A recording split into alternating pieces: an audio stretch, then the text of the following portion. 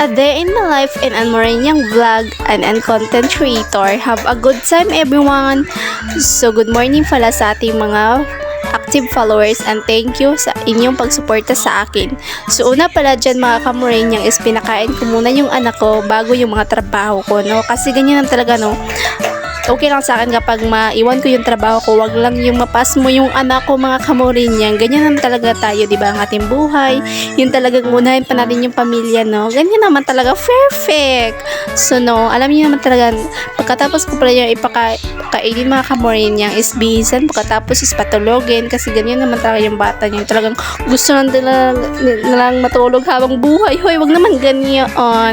Hindi naman sa ganyan mga kamoreniang, no? Matulog lang siya ng mga isang oras, ganyan, gigising din yun. Alam niyo mga kamoreniang, pagkatapos ko pala siyang pakainin is nagmikos-mikos ako sa mga labahin kasi ang dami na mga kamoreniang, walang tumulong sa akin kasi wala akong yaya mga kamoreniang, no? Kasi yung husband ko is duty siya sa kanyang trabaho mga kamoreniang at saka mamaya pa yung alas 12 uwi. Ay naku naman ito nakaka-umay, may bata pa, may mga trabaho, pero alam niyo mga kamoreniang, kinakaya ko, I'm strong, everyone forever, char. Mapapasasabi ka talaga na, hindi naman sa ganyan mga kamoreniang, yung ganyan talaga ng ating buhay, no? Kasi wala tayong magawa mga kamoreniang, no? Alam nga naman talaga wala tayong gawin, di ba? Boring naman talaga. Kaya kailangan ng tayong mag round and round, but the wheels and a bus go round and round. Yun naman lang talaga. Ay, bakit tayo kumakanta dito? Sa akin na pala guys, inikos-mikos ko na yung aking mga labahin kasi naggalit ako sa asawa ko mga kamoreniang kasi hindi siya tumutulong.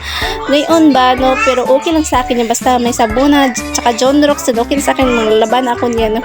Kahit ipang ano ko ba, no? Kasi minsan din naisipan mo na ipaano ko na lang ba sa baha, no? Gayon.